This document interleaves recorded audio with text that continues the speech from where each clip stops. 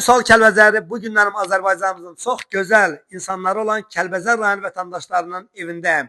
Goranboy rayon Qaradağlı kəndində demək olar ki, kirada qalan, öz halal zəhməti ilə kirada qalan, 30 ildir kirada qalan gözəl bir ailəni sizlərə təqdim eləmək istəyirəm. Adınız soyadınız? Əlmərdanov İntiqam Yusufoğlu, Kəlbəzər rayon Geçdə kəndindənəm.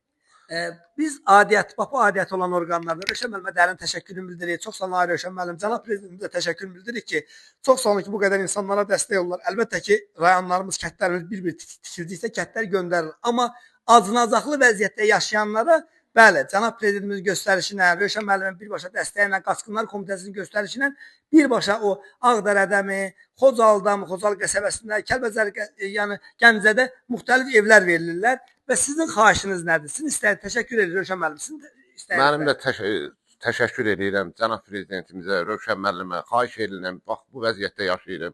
7 nəfər ailə üzvüm var. Qızım, nə bilim, bax elə qalmışam, kiralarda qalmışam. Sizdən kömək istəyirəm, qardaş.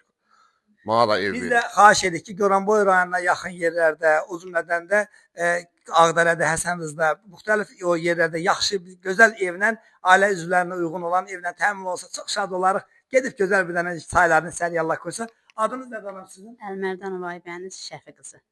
Sizin istəyiniz, arzunuz, xahişiniz? Mənim də istəyim odur ki, qadan alım. Bizi evlə təmin eləyəsiniz. 7 nəfər ailə üzvüm var. Nəvəm 1-ci qrup əhlidir. Çox çətin vəziyyət. Mən jurnalistlərim evlə təmin eləmirəm. Mənim işim odur ki, ictimailəşdirəm hörmətli izləyicilərimiz. Bəli, jurnalist Vüsal Kəlbəzəri olaraq, amma hamı mənə qeyri yerlərdə yazırlar ki, siz niyə ancaq Kəlbəzərlər çəkirsiniz? Çünki ən acınacaqlı vəziyyətdə yaşayanlardan bir rayonda Kəlbəzər rayonudur. Mənim də ata vətənim olduğuna görə mən də bunları da çəkirəm. Nə fərq var ki, Azərbaycanımızın hər yeri bizim ürəyimizdir. Kürdəmiri də, Ağdamı da, Füzulisi də, Kəlbəzərimiz də bizim ürəyimizdir. Bizim də aidiyyəti olan orqanlardan xahişimiz odur ki, bu ailəyə bacardıqları dəstək olsunlar. Goranboy rayonunun Qaradağlı kəndində yaşayan bu ailəyə dəstək olsunlar. İnşallah inanırıq dövlətimizə və dövlətimizə sadiq olan insanlara. Təşəkkürlər, minnətdarım.